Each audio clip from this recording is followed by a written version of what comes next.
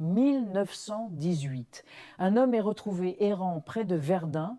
Il ne sait pas son nom, ne reconnaît pas son visage dans un miroir, mais 23 familles françaises vont jurer, sanglotant, que c'est leur fils, leur frère, leur mari disparu à la guerre.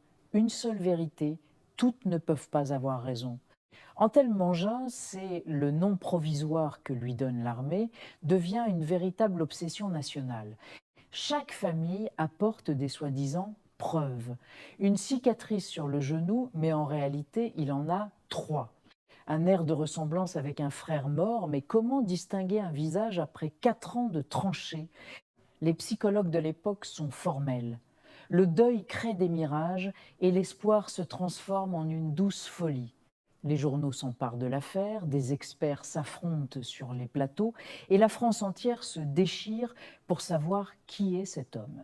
Est-ce un héros amnésique, un déserteur manipulateur ou simplement une coquille vide?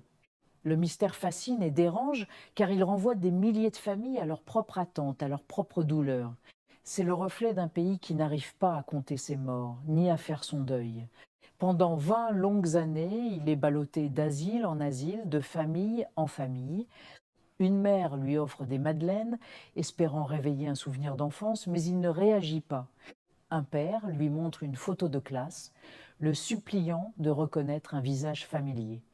L'homme pleure, mais est-ce pour un souvenir retrouvé ou simplement pour la douleur qu'il perçoit chez les autres?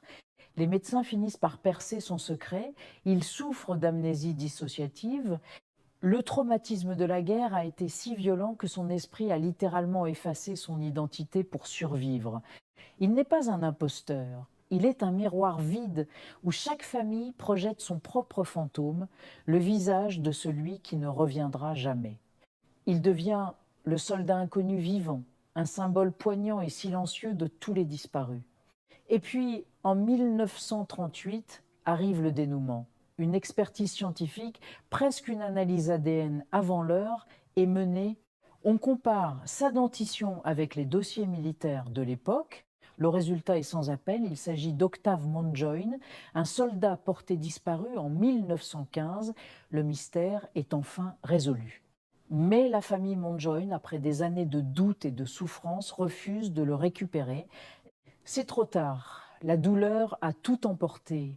Anthelme, ou plutôt Octave, meurt seul en 1942 au cœur d'une autre guerre. Son corps est enterré dans une fosse commune, sans nom, sans famille, sans visage. Une fin tragique pour un homme qui a incarné l'espoir et le désespoir de toute une nation. Il n'avait pas perdu sa mémoire. C'était nous qui avions perdu la nôtre, celle de la guerre qui ne rend jamais ses morts. Seulement des ombres où nous cherchons désespérément un reflet,